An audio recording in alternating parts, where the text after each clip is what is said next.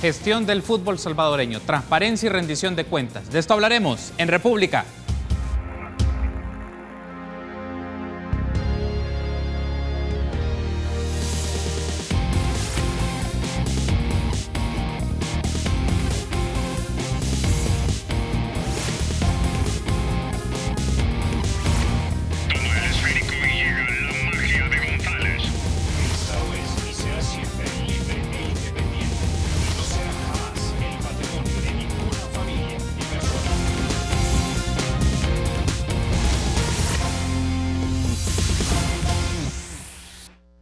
Muy buenos días, qué gusto que nos acompañe en una nueva edición de República. Les saluda Carlos Monterrosa, miércoles 6 de junio del año 2018. Hoy vamos a variar un poco de los temas que desarrollamos usualmente en la agenda de este programa. Hablamos usualmente de política, de instituciones, de políticos, de partidos, pero en esta ocasión vamos a hablar del fútbol salvadoreño. No vamos a hablar de aspectos eminentemente deportivos, sino del fútbol salvadoreño y su gestión en aspectos más institucionales. ¿Quiénes están involucrados o quiénes son los protagonistas en esta trama del fútbol salvadoreño? Si es una gestión eficiente o no lo es.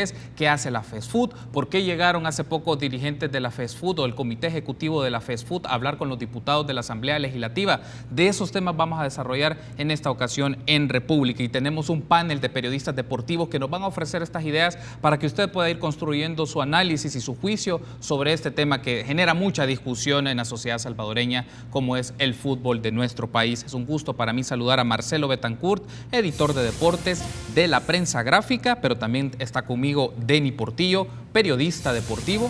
Me acompaña también Nelson Rauda, periodista del Faro. Y es un gusto también para mí saludar a Astrid Mejía, periodista deportiva del diario El Mundo. Buenos días, bienvenida, bienvenidos a República, qué gusto. Buenos días, muchas gracias por la invitación. Para servirte. Gracias por tomar la invitación y estar conmigo temprano por la mañana para hablar de este tema. Y tenemos varios aspectos que desarrollar y de cuáles abordar. Y en este momento me gustaría pedir a producción para que aparezca en pantalla unas declaraciones que brindó el diputado Mauricio Vargas del Partido Arena, debido a que han llegado Jorge Rajo y Hugo Carrillo, llegaron a la Asamblea Legislativa la semana pasada a la Comisión de Deportes, y ahí tenemos unas declaraciones que brindó en este caso Mauricio Vargas. Creo que es necesaria la intervención del Estado respecto al caso de la Federación y en el fútbol, que se resuelva un problema que tienen décadas en el fútbol. Estamos en disposición de poner un poco de orden. No pedimos que se linchen personas. Estas fueron declaraciones de Mauricio Vargas. Esta es como una primera declaración que nos pueda servir como punto de generación del debate, de la discusión. Marcelo, es para efectos de que nuestros amigos lo conozcan, ¿por qué llegó Jorge Rajo y Hugo Carrillo a la Comisión de Deportes de la Asamblea Legislativa y se ha generado una declaración de este tipo que hasta se habla de intervención de instituciones estatales en el proceder de la Federación de Fútbol? Mira, yo creo que en mi opinión llegan porque se ha hecho, digamos, ha generado una mala relación entre el público o una mala imagen la Federación de Fútbol en los últimos días, porque a principio de año terminó con un entrenador que era bastante popular entre los jugadores y entre el público, aduciendo que ya no tenían dinero. Luego comienza el desorden de tratar de llevar a cabo el último partido amistoso que tenían que realizar por contrato. Llega un técnico nuevo, luego renuncia, luego nos damos cuenta de que los mismos directivos de la Federación de Fútbol que habían prometido que no se iban a reelegir, sí, resulta que 3 de ellos sí logran reelegirse y uno de ellos además pierde una elección para poder reelegirse, o sea que pudieron haber sido 4 los que repitieran. Además, ellos habían prometido que no iban a firmar contratos de derechos televisivos para la siguiente gestión, y sí lo hicieron, y por contrato, por cláusula de confidencialidad no pueden revelar además los montos que han recibido por ese contrato. Son una serie de cosas, además del fracaso en general de toda la gestión en todos los términos deportivos y en la mayoría de términos administrativos. Me parece que es como una bola de nieve que se ha venido acumulando, y ahora que llega esta nueva asamblea, pues decidí llamarlos a atención porque llamarlos a brindar un informe, porque ya es demasiado el ruido, es demasiada la crítica que se recibe desde redes sociales, de todo tipo desde el periodismo, desde todos los ámbitos, hacia la federación. Entonces los llaman para ver sobre todo con la excusa lo llaman con la excusa de que les informen cómo han estado administrando el dinero, los fondos públicos que les dé el Estado. Que informen acerca de eso, pero va más allá, va más allá. Y eso nos sirve como un preámbulo, Marcelo, para ir introduciendo otros aspectos alrededor de esto que ha ocurrido, Denis.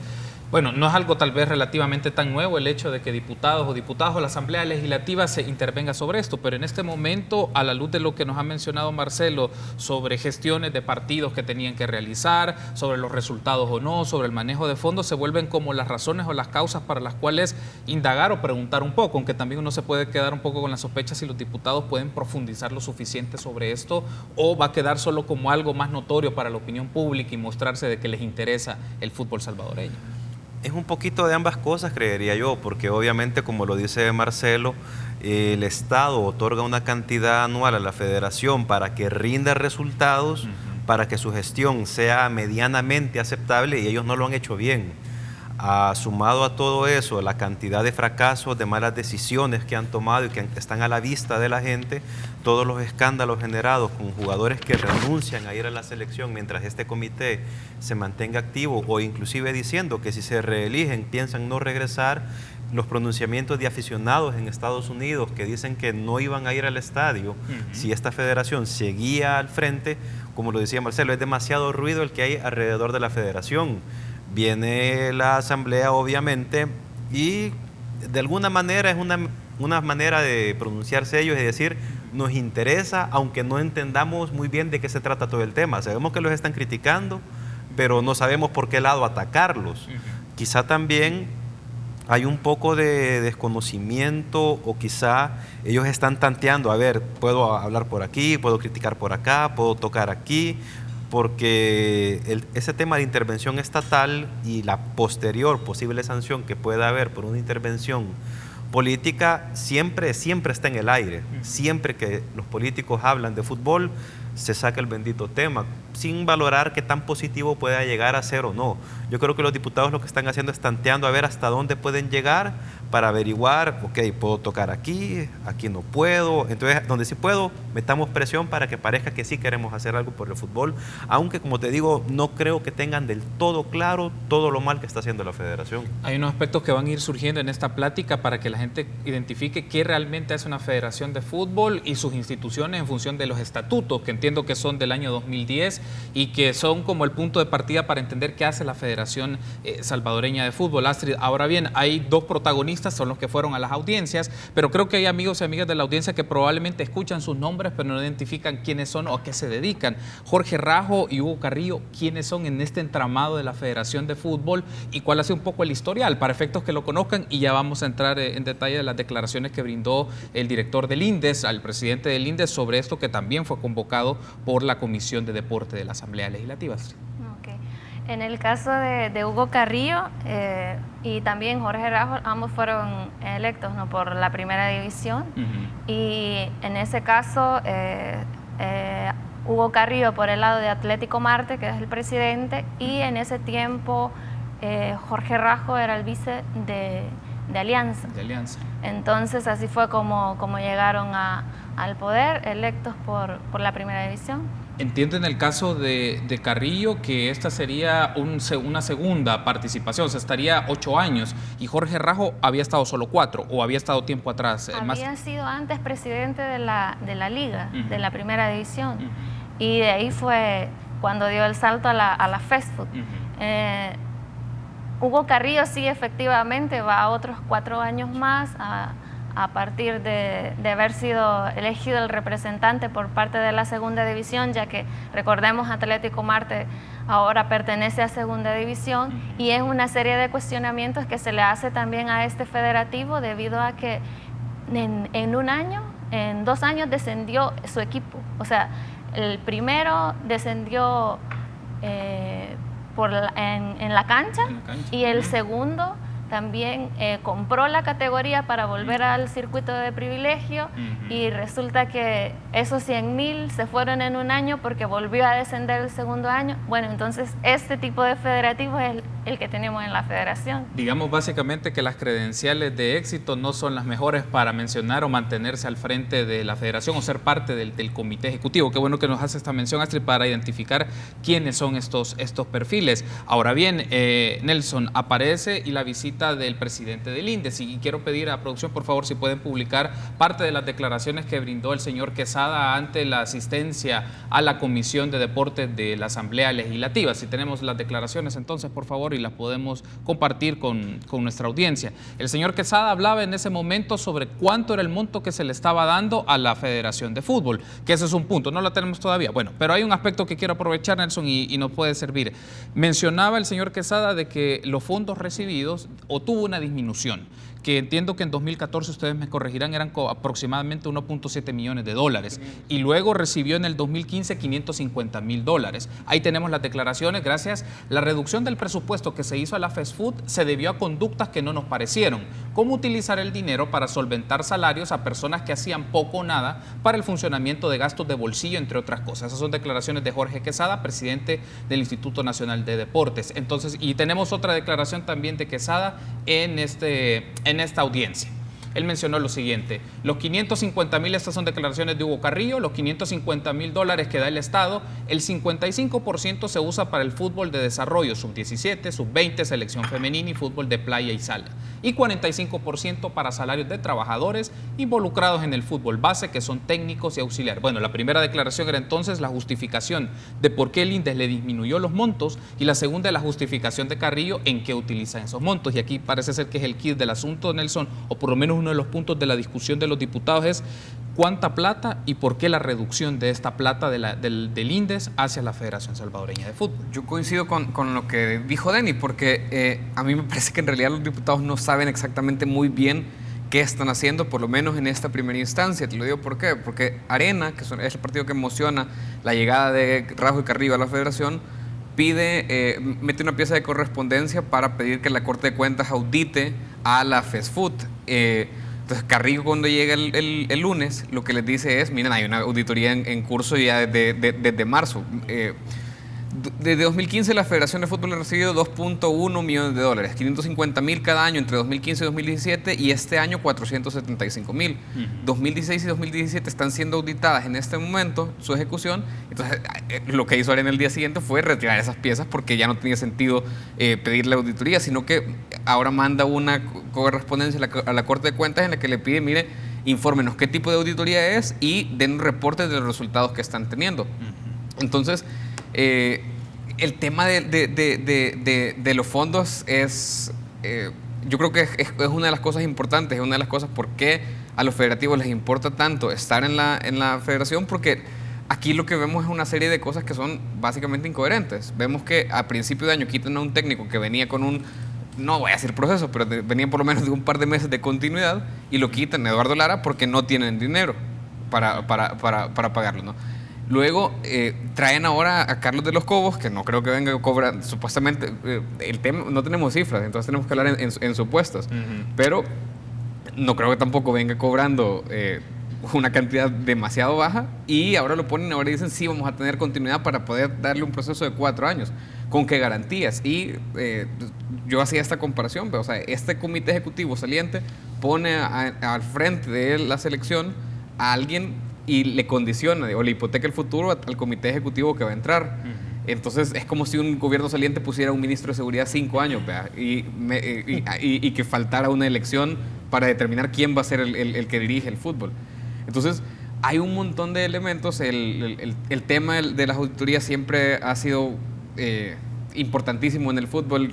No hay que irnos tan lejos. En los 90, finales de los 90, hubo el caso de malversación de Juan Torres, presidente de la Federación de Fútbol. Sí.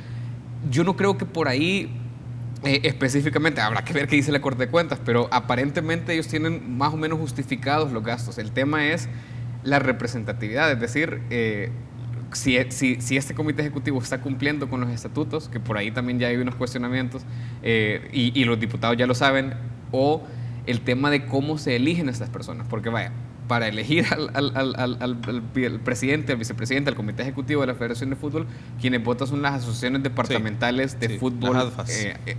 Entonces, vaya, a mí lo que me llama la atención, Carrillo daba estos datos sobre las ASFA. Dice que las ASFA tienen una planilla de 47 empleados que les cuesta $23,120 mensuales y que se supone que atienden a 34,766 jóvenes en 14 asociaciones. Y yo les pregunto a ustedes que saben más del asunto, ¿habrá 35,000 jóvenes en fútbol base en El Salvador? Porque a mí la idea que me daría, si hubiera esa cantidad, tendríamos un gran pool de jugadores para llevar a las selecciones, y no me da esa impresión. Hay un aspecto que quiero aprovechar y lo quiero incorporar a la discusión tras la pausa, es el tema de la apreciación que tuvo Eduardo Lara. Eduardo Lara, cuando se fue, que fue técnico de la selección de El Salvador, entiendo, hasta enero de este año, y él brindó unas declaraciones en una entrevista para periodistas deportivos del Canal 33, en donde él básicamente mencionaba que pedía un cambio total en la lógica de cómo se dirigía la Federación de Fútbol. Es un aspecto que quiero poner en discusión, pero antes quiero ir a la pausa, y al regresar me gustaría que sigamos debatiendo el tema de la gestión de los fondos, cómo se sustentan los fondos en la Federación de Fútbol, quiénes son los involucrados como el Congreso, el Comité Ejecutivo y esto que mencionaba Nelson, y también estas declaraciones del técnico de la selección, o quien fuera el técnico de la selección hasta junio de este año. Permítanos una pausa, continuamos en República.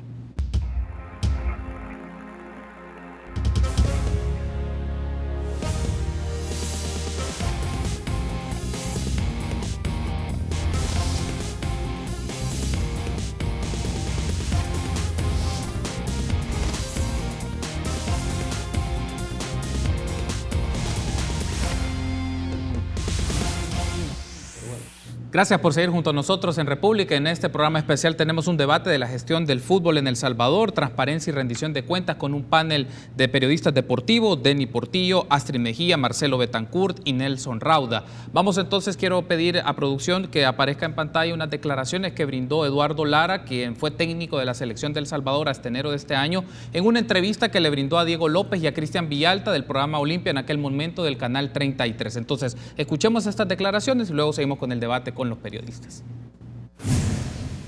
Lo que ha pasado ahora, pues no solamente pasó conmigo, ha pasado también con técnicos importantes que han llegado al país, el profe Roca, el profe Israel, el profe Zarco, por nombrarte los tres últimos que han logrado pasar. Y si esto sigue así, dando tumbos, yo creo que es el momento de hacer un alto. Yo creo que lo de nosotros de pronto es lo mejor que le ha podido pasar al país, porque si las cosas venían caminando, venían funcionando y cortamos, bueno, algo pasa, ¿cierto? Pero si esto va a quedar así y va a seguir lo mismo, no va a servir de nada. Lo que yo digo y lo que yo pienso, después de esto que ha sucedido, hacer una limpieza, que lleguen 7 miembros nuevos que quieran aportar, que tengan otros pensamientos, que tengan otra visión, que quieran aportarle al fútbol, que no quieran ir a vivir del fútbol, no. Queremos es ir a aportarle al fútbol, y eso va a ser bien importante para el futuro del fútbol salvadoreño. Bien, entonces ahí teníamos las declaraciones de Eduardo Lara, que brindó en esta entrevista especial a Diego López y a Cristian Villalta de Olimpia 33 en aquel momento. Astrid Díez, bueno, las declaraciones del técnico es que no lleguen a beneficiarse o a servirse del fútbol, entre otras ideas. Digamos, me gustaría tener su reacción sobre esto, porque da la impresión que un técnico manifiesta el sentir de muchas personas en este país que esperan una gestión del fútbol en sus diversas categorías, que lo hablábamos en la pausa, no solo de la selección mayor, fútbol femenino, fútbol playa, jóvenes que están en niveles de 15, 17, sub-17 y demás, pero me gustaría tener su reacción de esa declaración. Bueno, yo considero que cualquiera que esté ahí y haya estado tanto tiempo se da cuenta de la incapacidad de gestión del actual comité. En el caso de Lara, que me parece que uno de los técnicos más sensibles a la hora, cuando le tocó despedirse, que incluso se fue llorando, había tenido un acercamiento con el grupo de los jugadores que da y manifiesta todo esto, pero yo me imagino que va por ahí, por todo lo que vivió estando ahí, la incapacidad de gestión que tiene el actual comité y que no lo dejaron prácticamente hacer nada cuando necesitaba fogueos para estos chicos de la sub-21 que van para los Juegos Centroamericanos y del Caribe, son fondos que no le sueltan porque no había dinero en ese entonces. Bueno, luego surge que dicen también, ¿por qué ahora sí tienen dinero para contratar a Carlos de los Cobos, cuando a ellos es un cuerpo técnico que le costaba a la federación más de $30,000, porque también tenían que pagar alquiler y todo lo demás?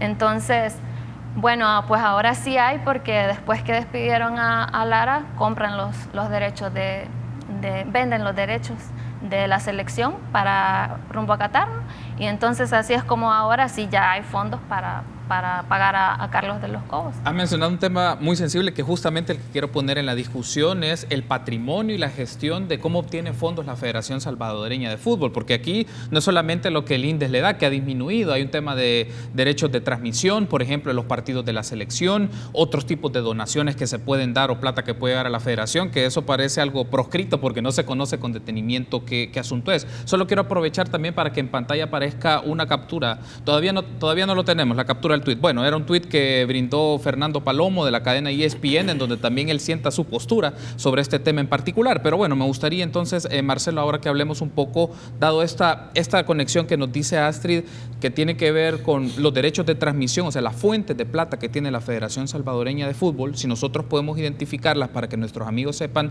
de dónde proviene el dinero que gestiona el Comité Ejecutivo de la Federación Salvadoreña de Fútbol, ¿cuáles son esas fuentes principales de dinero?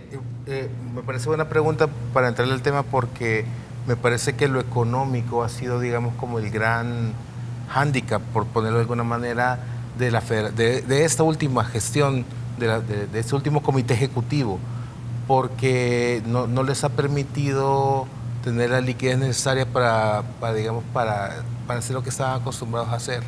Cuando les quitan de 1.7 a 500,000 y ahora a 400,000, bueno, primero ellos tuvieron que hacer un recorte importante de empleados dentro de la federación, y se quedan con esos, digamos, 500,000, lo utilizan ahora la mitad para pagar salarios dentro de la federación y la otra mitad para las ALFA, que digamos que es para desarrollo deportivo.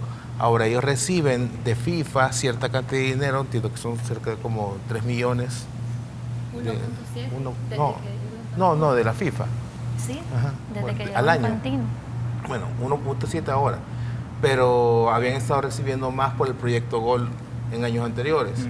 Y además venden patrocinio. Entonces, antes recibían de algunas telefonías y de las marcas que los visten, por ejemplo, pero esos patrocinios han ido, como la selección ha ido perdiendo caché, por decirlo de alguna manera, ya los contratos ya no son tan jugosos. Entonces, por ejemplo, el contrato que hacen con la marca que los viste, ya solo les da la equipación, los uniformes, es decir, toda la ropa, por decirlo de alguna manera. Luego hacen el contrato de derechos televisivos para las eliminatorias mundialistas. Es otro, digamos, manera que encuentran ellos para financiar a la selección mayor o algunas selecciones juveniles. Entonces, de alguna manera siempre se quedan cortos porque no tienen presupuesto, entonces no pueden darle la mejor atención a los jugadores, no pueden conseguir los mejores amistosos, no pueden conseguir campamentos. Todo eso va en deterioro del trabajo, de los resultados, y ellos mismos, como federación, han sido incapaces, es decir, por el desorden que han generado, han sido incapaces de atraer inversión privada. Entonces eso prácticamente ha desaparecido, todos los apoyos de patrocinio de la federación. Esa es la gran pierna de la que ellos cojean, el dinero que no pueden. Y además solo se han quedado ya con los contratos televisivos y con lo que les entrega la FIFA.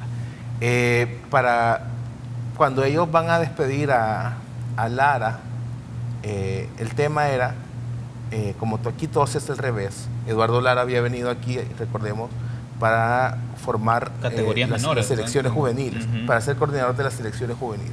Cuando él llega al país, está apoyado por un proyecto que se llama Proyecto Azul y Blanco, de algunas fuerzas vivas del fútbol.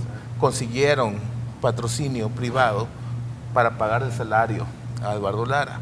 ¿Qué pasa? Cuando ellos se ven en una necesidad de contratar otro técnico, como todos lo hacen improvisado y en desorden, entonces si ya tenemos uno aquí, que ya le pagan además, entonces ¿por qué no lo agarramos a él, verdad? Así nos ahorramos el dinero. ¿Qué pasa? Entonces Eduardo Lara acepta, pero el patrocinador dice, hey, pero yo le estaba pagando a Eduardo Lara para formar niños, no para formar a la selección mayor. ¡Pum! Desconecta el patrocinio y se quedan sin ese dinero además. Entonces la federación se ve en el problema de tener que estarle pagando el salario, que para no ser exacto, generalmente el salario del técnico está entre los $25,000 y $40,000 mensuales. Entonces, se les hace una carga pesadísima estarle pagando a Eduardo Lara. Y además, cuando se les había acabado el dinero de los derechos televisivos, y cuando trataban de hacer amistosos para recibir, resulta que perdían cada vez que hacían un amistoso, porque claro, como lo hacen todo al revés, ellos han llegado a un acuerdo con la primera división, que nunca ha sido tan dócil para prestarle jugadores, y resulta que ellos se tenían que encargar de pagarle los salarios a los jugadores, algo que no pasa en ninguna federación del mundo durante el tiempo que estaban con la selección. Y estamos hablando que hay algunos jugadores, como los legionarios, los que jugaban en Europa o en Estados Unidos, que ganó una importante cantidad de dinero. Ahí se les iba todo lo que ganaban por hacer el amistoso. Por tanto, cuando llegan en enero, dicen, ya no podemos seguir pagando porque ya lo que vamos a hacer es que nos vamos a seguir endeudando.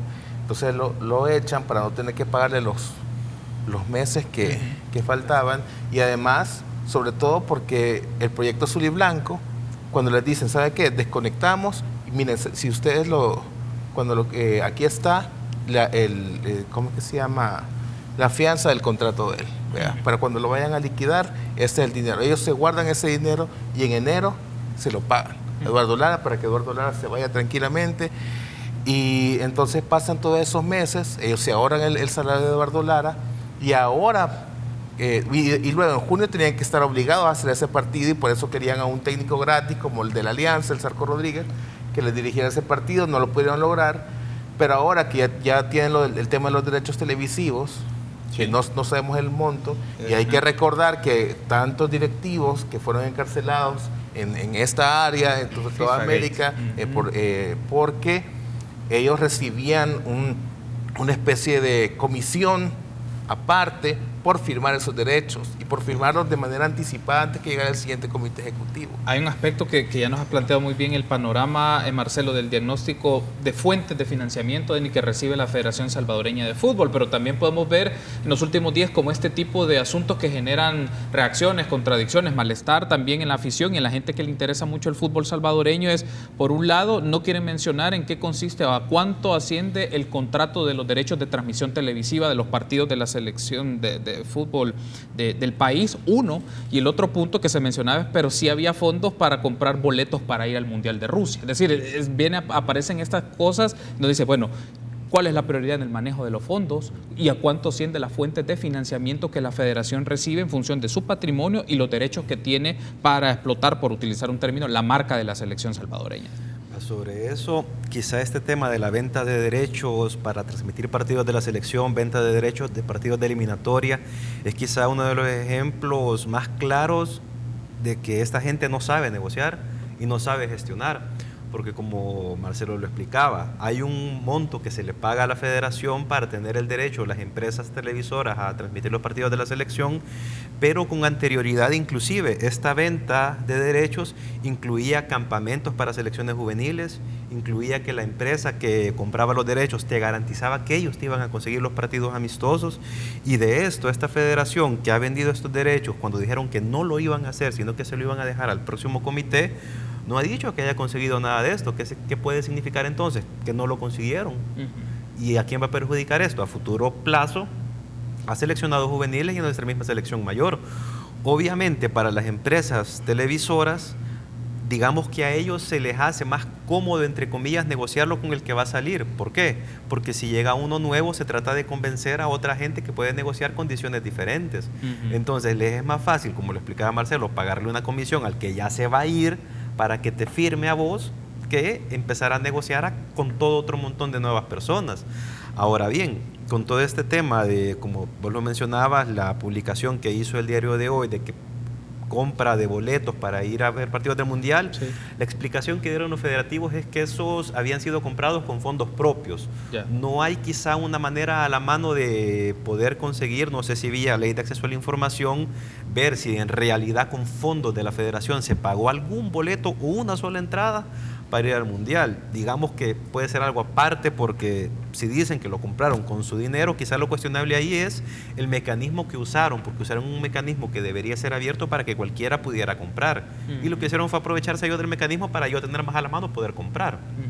Ahora bien, luego con todo ese otro tema de las fuentes de ingresos que tiene la federación, está como Marcelo lo decía, los fondos FIFA, solo con la única salvedad que, si mal no recuerdo, estos ya vienen definidos en qué se pueden usar, y ellos no pueden decir, este fondo FIFA lo voy a agarrar para tapar este hoyo que tengo, sino que lo tienen que usar sí o sí en lo que FIFA les ordena.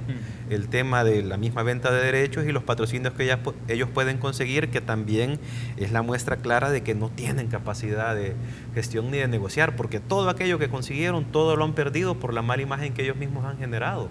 O sea, el hecho que Proyecto Azul, ellos asumieran el costo de traer a un entrenador que le formara selecciones juveniles, era algo que a ellos les cayó, era una bendición para ellos, era dinero que se ahorraban, pero como todo lo hacen al revés, después al ponerlo a dirigir la selección mayor, lo que hacen es echarse el muerto de, se no fue Proyecto Azul, se no fueron tantos patrocinios, cuánta gente, cuando ellos entraron, hubo gente de la empresa privada que sí se interesó y comenzó a meterle patrocinios. De hecho, vos llegabas a la federación, veías la cancha número 1, la sintética, rodeada de banners de gente que se había metido a patrocinar. Todos esos en el paso de 4 años se han caído. ¿Por qué? Porque tiene tan mala imagen la selección que nadie quiere negociar con ellos. Nadie quiere acercarse a esta federación. Y el problema es, ahora tenemos 3 de ellos que van a estar ahí metidos otra vez, incluida la persona más criticada de este comité. ¿Qué ganas va a tener alguien de quererse acercar a financiar la selección ahora? Hay un asunto que es interesante que ya Denny también nos menciona, es el debate sobre la eficiencia, la capacidad de gestión, la capacidad de tener financiamiento y los resultados mismos. Nelson, entiendo que tú entrevistaste en la Asamblea Legislativa a Jorge Rajo en esta audiencia que se hizo ante la Comisión de Deportes y básicamente te dijo que no han logrado los resultados. Contame un poco sobre esta entrevista que tú le pudiste hacer en la Asamblea Legislativa y las declaraciones que te ofreció. Sí, bueno, lo agarramos después, justo después de que salieron de las comisiones, estaban un poco renuentes, pero pudimos hacer unas preguntas. Básicamente yo le preguntaba por qué un comité ejecutivo que no tiene resultados, es decir, no hemos ido ni a un mundial de playa, ni a un mundial juvenil, ni a un mundial de ninguna categoría en nada, lo cual quiere decir que han fracasado en todos los procesos que emprendieron. ¿Por qué este comité ejecutivo quiere seguir dirigiendo el fútbol? No específicamente Rajo, en realidad yo le quería preguntar a Carrillo, pero Carrillo lo seguí casi hasta el parqueo y no quiso hablar. Pero o sea, Rajo básicamente admitía que habían fracasado en todo y no tenía argumentos en realidad para explicar cuál es el interés en seguir en el fútbol. Y a mí me parece, de Rajo yo lo escribía, no sé si es un exceso de sinceridad o si es un exceso de cinismo. Hay un aspecto, Nelson, perdón que te interrumpa, porque vamos a escuchar un poco el audio y en función de escuchar el audio para nuestros amigos y amigas de la audiencia, para los compañeros periodistas, podemos tener ese análisis y nos vas describiendo también esos detalles. Escuchemos entonces esas declaraciones que ofreció el señor Rajo en esta entrevista que tú le hiciste en la Asamblea Legislativa. Cuando De los Cobos se fue hace 9 años, hubo una nota del Mundo de España en la que él ponía una serie de condiciones para seguir el país. Hablaba de un centro de alto rendimiento, de reducir el límite de edad de jugadores de la segunda y la tercera división, crear un programa de fogueos para las selecciones, mejorar las canchas donde juegan los equipos de las 3 divisiones profesionales. Nada de eso ha cambiado en 9 años. Y ustedes, su comité, las selecciones todas han fracasado en todos los procesos de selecciones menores, fútbol playa. O sea, ninguna ha ido a ningún mundial. Porque hoy tenemos que creer que este sí es un proceso de largo plazo y que hoy sí va a ir la selección del mundial. En primer lugar, no vamos a negar que hemos fracasado, pero sí estamos trabajando en las bases realmente del fútbol playa y todo. Todo es un proceso de trabajo y no de resultados. Así es que si lo dijo en aquella época, hoy ya viene y creo que va a trabajar en base a los procesos. Pero ¿cuál es el legado que ustedes le dejan al fútbol en estos 4 años que tiene de trabajo? Porque lo que vemos en el fútbol mayor es cuando el técnico no da resultados en un torneo de 6 meses, lo cambian, incluso en menos. Federativos que llevan ya 4 años, ¿cuál resultado concreto presentan para seguir dirigiendo el fútbol en El Salvador? Bueno, depende de la visión que se tenga. Yo respeto mucho al periodismo y son los que más cerca están con nosotros. Y yo creo que es tu opinión, es tu visión, pues la voy a respetar. Por eso le pregunto cuáles son los resultados que ustedes tienen. Ninguno, tú lo has dicho. Nosotros no hemos triunfado, no hemos trabajado. Y yo creo que pedir resultados en 4 años. Bien, ahí tenemos entonces las declaraciones. No sabemos si exceso de sinceridad en el momento, Nelson, que tú le haces esta entrevista. Solo retomo una frase: en función de trabajo y no resultados. Luego, ningún resultado hemos obtenido. Ahora que nos estabas haciendo el relato de la justificación de cómo se desarrolló la entrevista, y ahora la gente ha podido escuchar las declaraciones directamente que te ofreció. Lo que al final decía es que es bastante difícil pedir resultados en 4 años. Vaya, para Rajo en realidad es bastante cómodo dar estas declaraciones ahora porque él ya no tiene absolutamente nada que perder. Él no va a reelegirse, él no va a seguir dirigiendo, entonces no tiene nada que perder. Lastimosamente, la elección del comité ejecutivo no es democrática porque ellos tendrían la opinión pública perdida. Es una elección a través de estas asociaciones departamentales de cuyo trabajo no sabemos exactamente cómo pedirle cuentas, no sabemos exactamente qué hace, no sabemos exactamente cuál es el resultado. Si los resultados fueran cuántos jugadores que han pasado por las ATFAS llegan a selección nacional o a los clubes para que después de ese proceso de desarrollo, pues sí, tampoco tenemos esa información. Y lo que me decían aquí los colegas es que si acaso hay uno, pero son otras las canteras que están impulsando a los jugadores. Entonces, habría que revisar también ese mecanismo, o sea, ¿qué hacen las ATFAS? ¿A quién representan las ATFAS? ¿Y por qué tenemos que seguir permitiendo que instituciones que tampoco hacen nada para el fútbol siguen decidiendo quiénes eligen? Porque son 4, o sea, el problema con la FESFUT es que no sé exactamente si funciona como una autónoma o como una privada o como un privado que gestiona fondos públicos, pero sí hay un elemento para cuestionar ahí.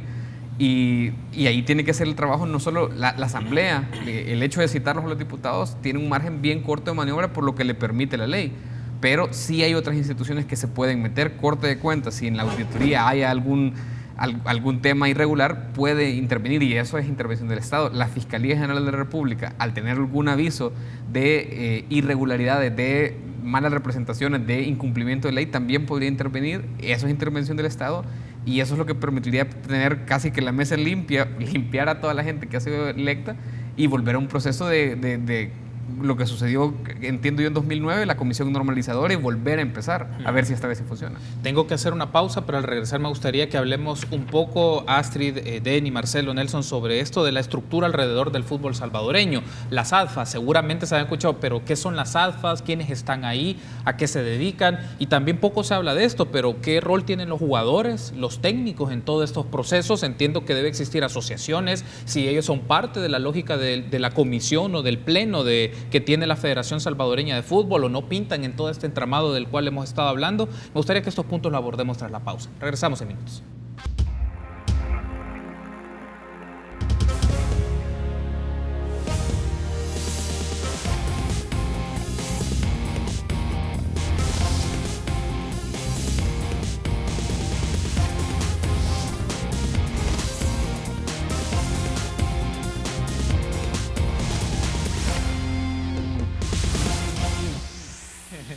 Gracias por continuar junto a nosotros en República. Tenemos este panel muy interesante de la gestión del fútbol en El Salvador, transparencia y rendición de cuentas, con 4 periodistas: Denny Portillo, Astrid Mejía, Marcelo Betancourt y Nelson Rauda. Ahora me gustaría, Astrid, que hablemos un poco sobre cuál es el rol que tienen en todo esto las famosas ATFAS. Se menciona mucho, pero ¿a qué se dedican estas asociaciones departamentales del fútbol aficionado? ¿Qué hacen y qué parte tienen en este entramado de la estructura de la Federación Salvadoreña de Fútbol? Bueno, estas se encargan de fomentar el desarrollo, el fútbol base en los 14 departamentos del país, y entiendo que maneja la sub-12, la sub-15, ese tipo e incluso hacen un tipo de torneitos que son pagados por la federación, en los cuales están estos niños en constante actividad. Prácticamente de eso se trata, y esto debería luego nutrir otras selecciones, que ya vamos luego con la sub-17, la sub-20, si el proceso se fuera dando acorde, ¿verdad? Pero aquí el gran dilema es que en casi todos los países del mundo quienes se encargan de la formación de los jugadores son los clubes. Entonces deberían de ser los equipos de la primera división quienes comiencen y tengan un montón de categorías y ponerlas a competir, pero en este caso esa atribución le ha quedado a la federación. Entonces los clubes no tienen estos semilleros de jugadores. Básicamente eso es lo que hacen, tanto como en masculino como en femenino, porque ahora hay una liga femenina en la que también estábamos viendo competir algunas ADFAs. Eso es en términos generales. Y en ese entramado, Astrid, las ADFAs, su vínculo, por ejemplo, con los otros niveles de la Federación de Fútbol, es por un lado su participación y representación tanto en el Congreso como en el comité, pero también con los clubes. Es decir, estas asociaciones reciben un financiamiento en principio de la Federación de Fútbol para ir promoviendo a los valores y a los talentos de fútbol que van a estar en los diferentes equipos y en los diferentes niveles. Pero la crítica es si realmente hacen esto o en parte trabajan en función de los intereses quienes están liderando la comisión ejecutiva o la Federación Salvadoreña de Fútbol. ¿Cómo queda esto? Pues queda como en el aire, porque era lo que hablaban los demás compañeros. No se sabe a ciencia cierta exactamente en qué viene a favorecer a las demás selecciones, porque para eso tendrías que tener un proyecto en el cual esté garantizado que tantos niños de la sub-12, por ejemplo, sigan a la sub-15 y tener esos porcentajes, y luego a la sub-17, pero esos números no se conocen, cuántos de estos llegan hasta estas instancias, porque la mayoría de los que conforman las selecciones vienen siendo al final la 17, el torneo que se maneja, de hecho que ahora es la final de Fede Crédito, y la reserva, que son las selecciones ya las de más arriba, que es la 17, la 21, que es la preolímpica, y así estos que van integrando a la selección mayor, ¿verdad?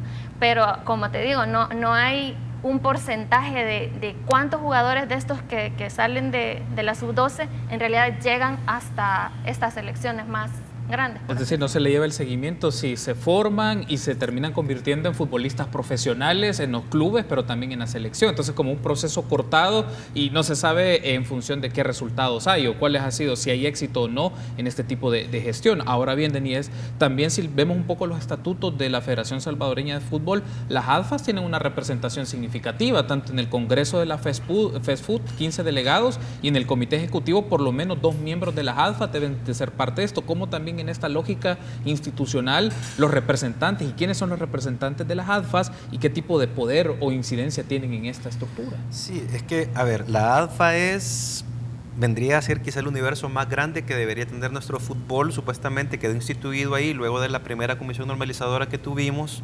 Tiene mayor representación en el comité porque, como se suponía que iba a trabajar a nivel nacional, era un trabajo territorial con presencia en los 14 departamentos, se suponía que iban a ser los del trabajo más constante, mayores resultados, de ahí van a salir nuestros talentos juveniles, y por eso fue que se les asignó un espacio, un pedazo tan grande del comité.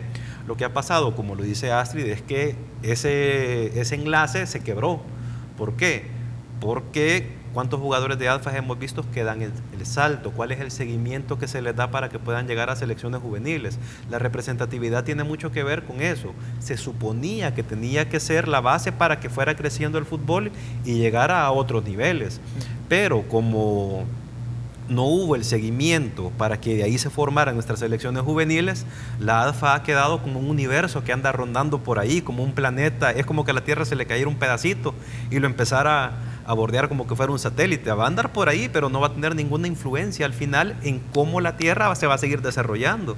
Entonces, ellos dependen de que, primero, que los equipos quieran ir a ver sus torneos, a ver si los jala uno de ellos.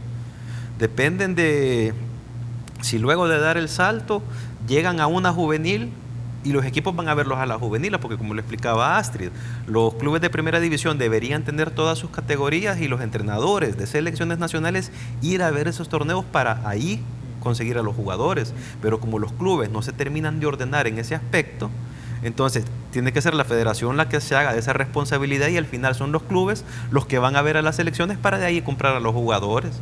Entonces es una ilogicidad del sistema en realidad. Funcionaría bien si el trabajo no se hubiera roto ese enlace y la ADFA todavía fuera o en algún momento hubiera nutrido combinados juveniles, porque entonces el camino estaría marcado y habría un seguimiento lógico y tendría sentido que tuvieran mayor representatividad.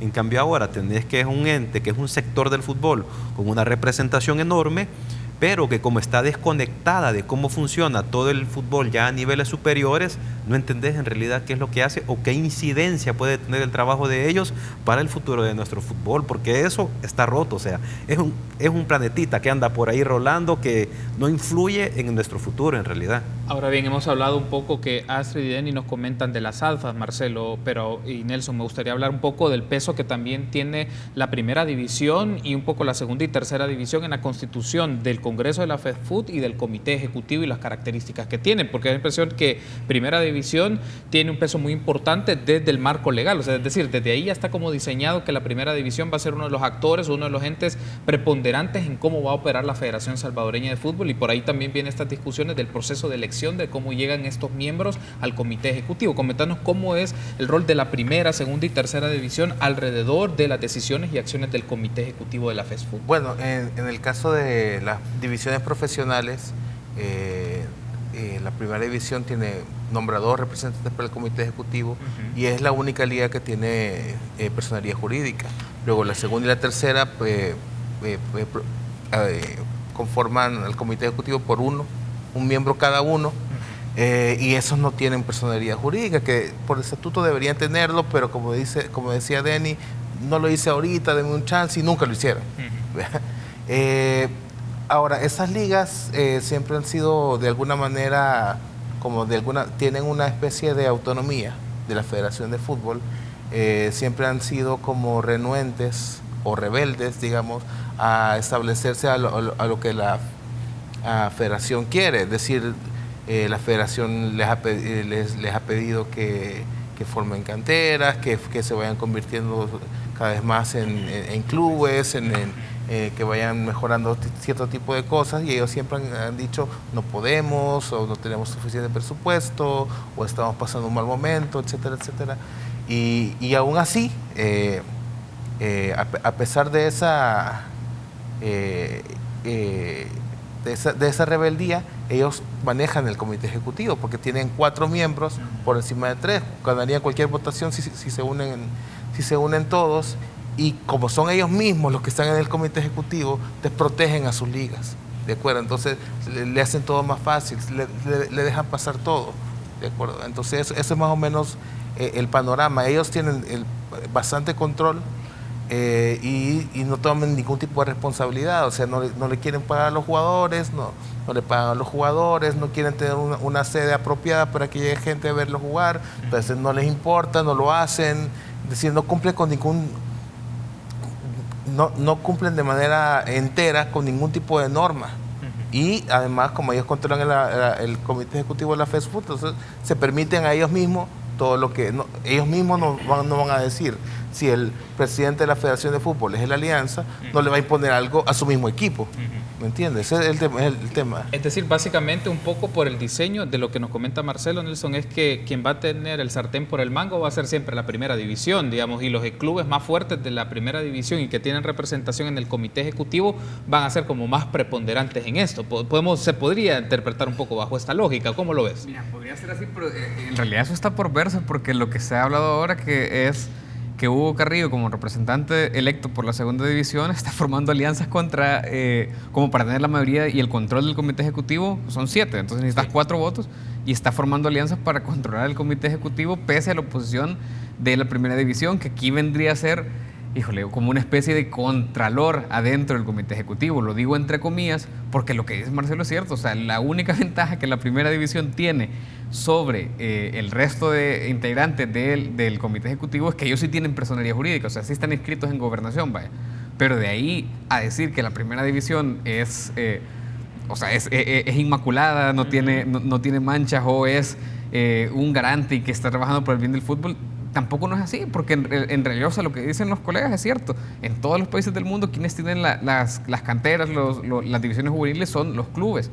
Y aquí por mucho tiempo se han resistido a eso porque lo ven como un gasto y no como una inversión, y no piensan en el modelo de negocio mundial. O sea, no puede ser que todo el mundo sepa de qué se trata o no sepa de qué se trata y nosotros no estemos equivocados.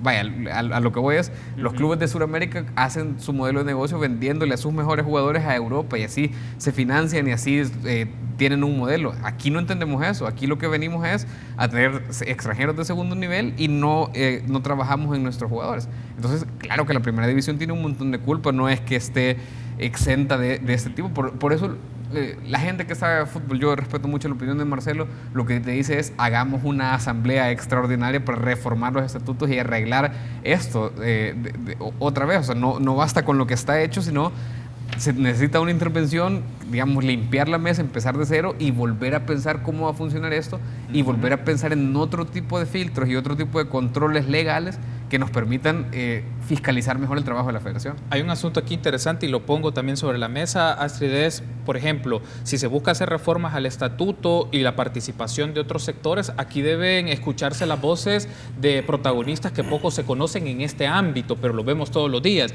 Me refiero a técnicos, a jugadores, ahora el fútbol femenino tiene una representación, fútbol sala, fútbol playa, árbitros, pero ¿dónde están ellos? Porque se menciona en los estatutos que debe existir representación de sus asociaciones, pero ellos, ¿qué? Lo voy a poner de esta manera, ¿qué rol tienen en este entramado, en esta película del fútbol salvadoreño? Bueno, en el caso de las asociaciones, ninguno, porque primero tienen que conformar esas asociaciones, estar inscritas en gobernación y luego pedir ser miembros de la FESFUT. Y eso en el Congreso Ordinario es que deciden qué miembros ingresan. En este caso, la Asociación de Entrenadores lo va a solicitar en este próximo Congreso que venga, y es probablemente la primera que ya sea parte de y que tenga voz y voto. Ya cuando ellas se formen y tengan todos estos procesos en regla, sí pueden comenzar a elegir un representante y también hacer valer su voto, porque todas estas asociaciones podrían votar para elegir a los cargos de los delegados que fueron los representantes que fueron electos en los últimos días. En este caso, como no tienen toda esta personería jurídica en regla, solo lo están haciendo la primera división, la segunda, la tercera y las ADFA. En el caso de estas asociaciones, como te decía, no pueden nombrar siquiera uno, y entonces las ADFA de hecho tienen derecho a elegir a 2 representantes, y como deben de ser 7 los que integren el comité ejecutivo, se les ha otorgado a ellas el representante que debería de salir de estas asociaciones.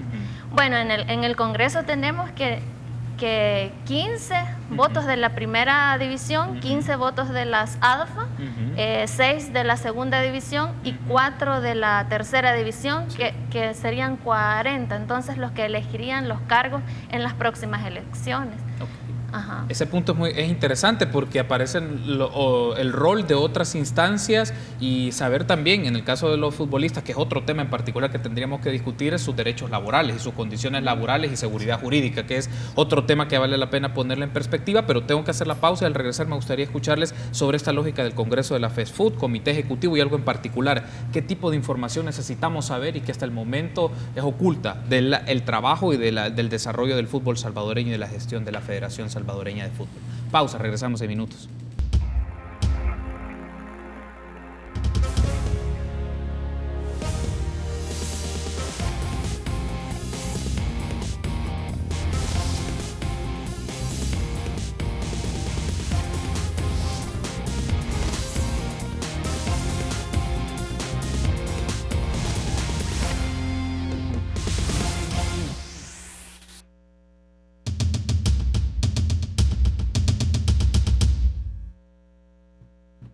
Ahí tenemos entonces una serie de declaraciones que van a aparecer en pantalla, de comentarios de amigos y amigas que han estado pendientes de este espacio de entrevista en República. Les leo uno, por ejemplo, Oscar López nos escribe en el Twitter de República: nuestro país está tan contaminado de corrupción que hasta la selección de fútbol está infestada.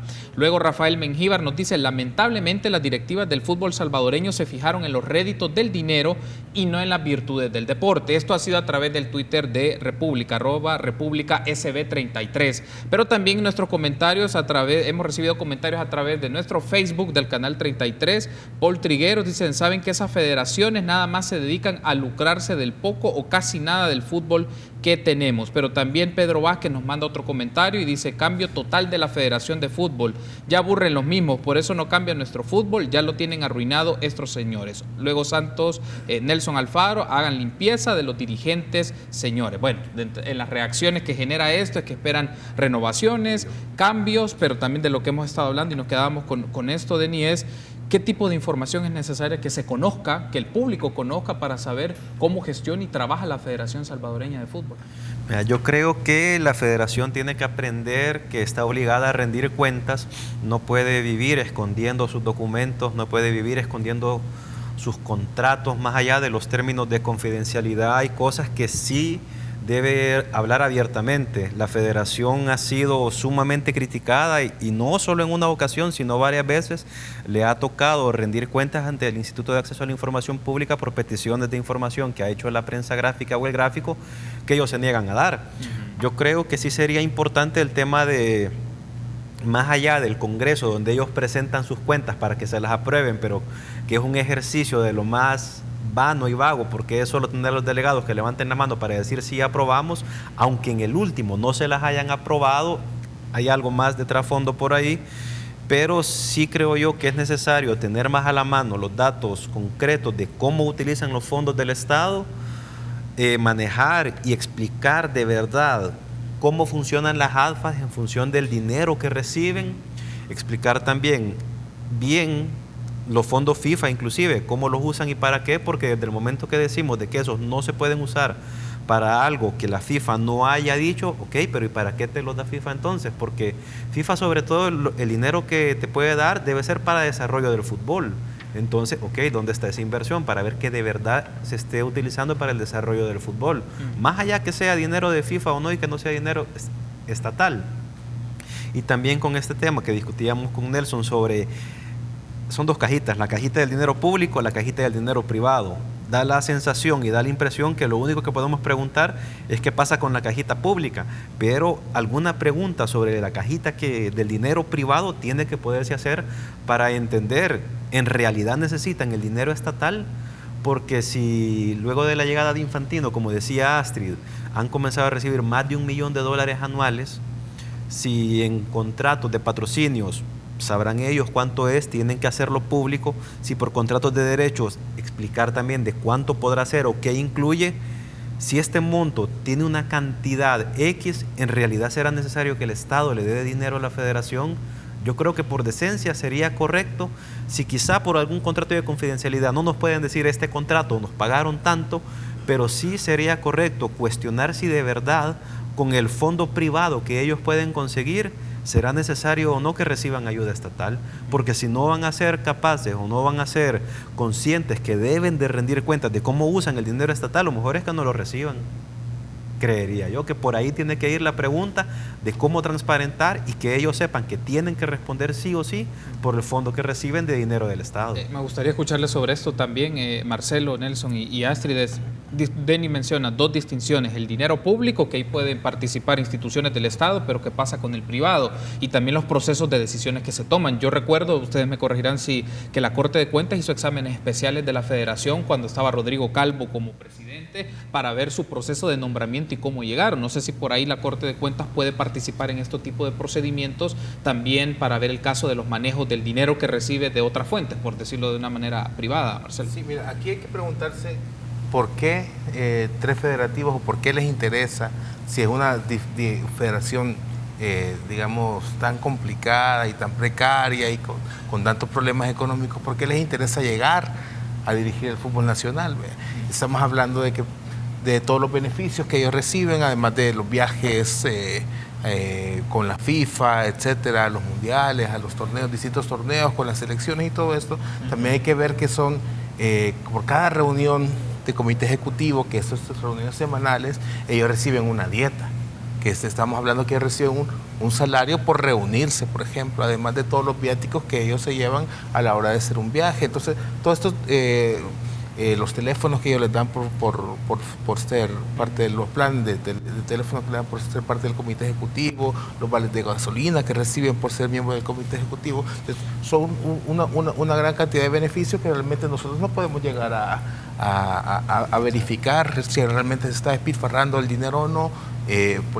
Para mí el tema del trabajo de la federación, los directivos federativos tienen que entender que no se debe manejar una selección o una federación como manejan a sus equipos, que ellos menosprecian a sus jugadores, van improvisando cada vez que puede salir un problema y giran a la izquierda, no sé qué, cambian al técnico a su antojo y ponen al que se le da la gana, es decir, administran de manera irresponsable. Hay dos cosas, tienen que tener un orden para poder competir. Eso no te significa que vas a tener éxito deportivo, pero puedes competir. Porque Jamaica, Trinidad y Tobago y Haití fueron a la Copa Centenario, a la Copa América Centenario hace 2 años, con solo ordenarse y para poder formar un equipo competitivo, así de manera silvestre, pero lo logras. Y luego lo otro es que tenés que cambiar el modelo de formación para poder ya tener un éxito como el que ha tenido Panamá o Costa Rica. Tenés que decirle a los equipos que formen jugadores y que a manera ellos vayan avanzando puedes tener jugadores mejor preparados. Pero ¿qué pasa? Los jugadores llegan a las AFAS, no hay técnicos bien capacitados, todos los jugadores no terminan su proceso de AFAS y probablemente cuando salen de AFAS a tratar de meterse a una sub-17 de un equipo de primera división, un equipo de segunda, no son competitivos. Probablemente es mejor un niño de la misma edad que no se ha formado en las AFAS y que se ha formado en la calle y probablemente es mucho más competitivo que este otro niño que se dio en las AFAS. Entonces, ¿de qué sirven las AFAS si al final no los vas a utilizar, por ejemplo? Por ahí van los dos tipos de ordenamiento que debe hacer la federación y, bueno, obviamente el otro tema es que ellos llegan a hacer su beneficio y después dicen, es que no tenemos culpa porque es que no tenemos dinero, la inversión privada no viene, y entonces lo sentimos mucho, pero bueno, nosotros solo vamos a cobrar nuestras dietas, echamos al técnico y ya no vamos a trabajar durante los últimos 100 más de nuestra gestión porque nos acabamos el dinero. Ahora bien, nos mencionaba Marcelo la relevancia de la planificación y una gestión del dinero adecuada en función, tú mencionabas en otros momentos, de un modelo de gestión empresarial de la Federación de Fútbol para hacer esto una lógica sostenible, también con desarrollo y que sea de beneficio a nivel nacional. Es que el fútbol debería ser un negocio. De hecho, Carrillo decía en la comisión y luego en declaraciones a los medios que la selección mayor debería ser la generadora de ingresos. Y en realidad yo con eso sí estoy de acuerdo. Debería de serlo, pues. Y eso lo puedes ver.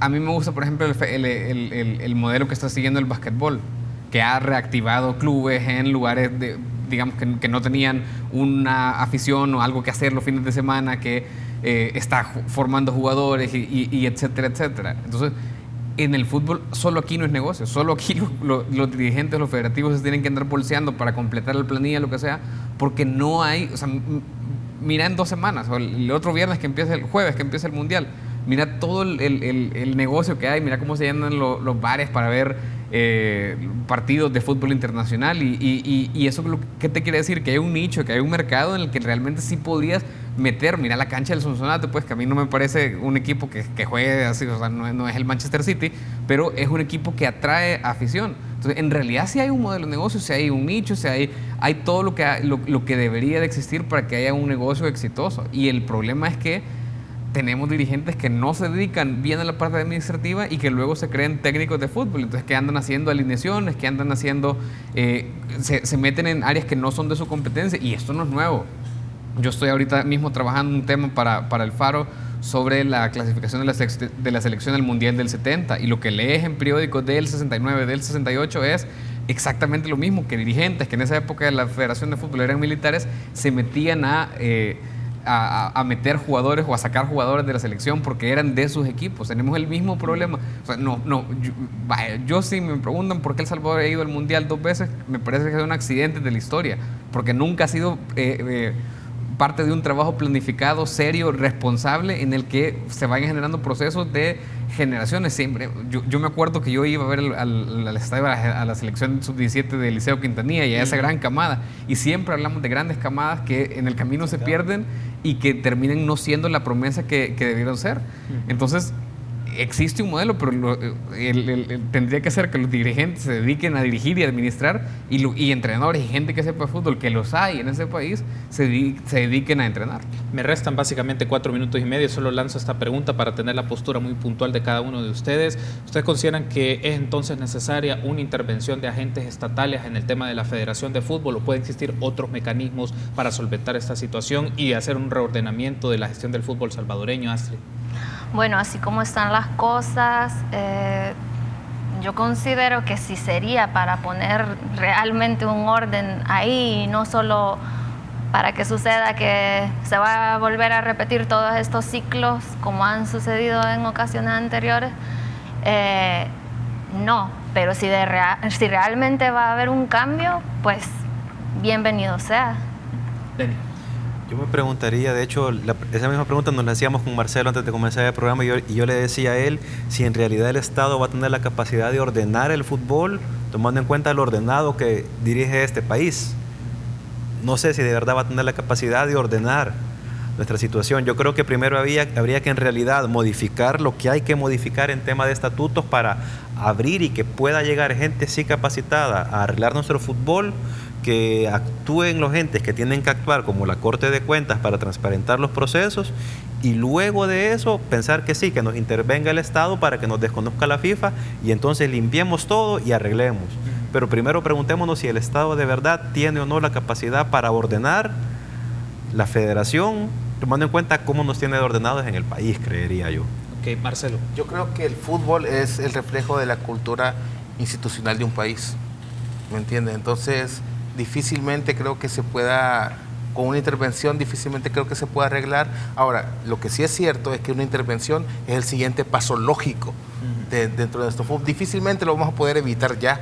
Es decir, ahora otra cosa es que se logre avanzar, ¿verdad? Si se logran corregir estatutos de alguna manera, puede ser que se logre avanzar, pero te digo que en lo deportivo, que si nos viene la FIFA y nos desconoce, no vamos a perder nada y no vamos a avanzar nada, porque en el tiempo que estaríamos castigados, si estuviéramos compitiendo, tampoco avanzaríamos. No daría entonces garantías, digamos, el escenario de que la intervención significa que la FIFA nos sancione, pero que ese lapso de sanción, por decirlo de esta manera, sea para reordenar la casa. Tampoco tenemos certeza. No tenemos certeza de eso. Tendría que llegar alguien sin ningún tipo, sin un líder, sin un afán de beneficio propio para poder ordenar la casa, y después tampoco hay garantías de que cuando una vez esté ordenada la casa se marche de una manera adecuada. Ok, Nelson, cierro contigo. Yo creo que a la gente que dirige el fútbol no le gustará. Es decir, la selección empieza a jugar partidos de eliminatoria para el siguiente mundial en septiembre, entonces será la peor opción para ellos. También hay que hablar de qué hablamos cuando hablamos de intervención. No se trata de que los diputados vengan a hacer los estatutos del fútbol, pero yo creo que si las instituciones, y yo creo que hay elementos suficientes para que las instituciones del Estado intervengan, llámese Corte de Cuentas, incluso Fiscalía General de la República, eso es necesario, que las instituciones funcionen. Y si eso va a obligar a que la gente de verdad se siente a reflexionar cómo hemos manejado mal el fútbol, pues yo creo que estaría bien. No es una intervención porque sí o solo para que FIFA nos desconozca, entonces sí hagámoslo, pero yo creo que con lo que se ha revelado hasta ahorita y lo que se pueda revelar de parte de investigaciones periodísticas y solo que ya con lo que se sabe, ya basta para que instituciones del Estado vean cómo se está gestionando este montón de dinero que ha surgido, 2 millones en los últimos 4 años, y digan, sí, aquí hay algo que hacer. Quiero darle las gracias por haberme acompañado. Ha sido un panel, una discusión muy interesante, un tema que a veces solo lo vemos del ámbito deportivo porque la gente disfrutamos el fútbol, pero para que esto sea de calidad se tiene que hacer una gestión eficiente del asunto, y hemos hablado de aspectos jurídicos, de estatutos, de manejo de dinero, de proyección, de modelos, y espero que en una próxima oportunidad sigamos discutiendo con ustedes en este panel derechos de los jugadores, que es algo que nos ha quedado pendientes también, el tema de los técnicos y otros asuntos de cómo se gestionan los equipos de la primera división de este país. Gracias, Astrid, gracias, Denis. Gracias, Nelson. Gracias, Marcelo, por haberme acompañado. Ha sido un gusto. Igual, gracias a la orden. Gracias. Y a ustedes, amigos, también gracias por su preferencia. Será hasta mañana, 6:30, en República.